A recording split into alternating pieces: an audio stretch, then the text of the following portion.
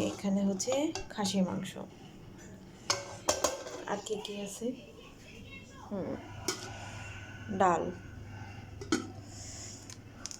Frozen মিষ্টি কুমড়া frozen করে রাখছিলাম আমার বাবার বাসায় যাওয়ার আগে। তারপর হচ্ছে এই আজকে রান্না করছি। খারাপ না, মোটামুটি ভালোই, কিন্তু ফ্রেশটা একটু অন্যরকম। এটা একটু টাইম লাগছে হইতে।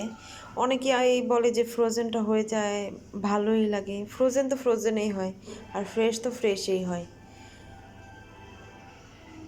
ঠেকার কাজ চালানো যায়, ওয়েস্ট না করার থেকে ফ্রোজেন করে রাখলে অ্যাটলিস্ট আপনার এই জিনিসটা নষ্ট হবে না। ধরেন কোথাও গেলেন, যাওয়ার আগে যদি তরকারি বা সবজি কোনো কিছু থাকে, এরকম ফ্রোজেন করে গেলে খাওয়া যায়, ওয়েস্ট হবে না, অপচয় তো অ্যাটলিস্ট হবে না।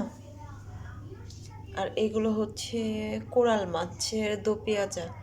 আমার জন্য করছি, কিন্তু আমি নিজেই খাই নাই দুপুরবেলা। ইটস ওকে, নো প্রবলেম, খাবো।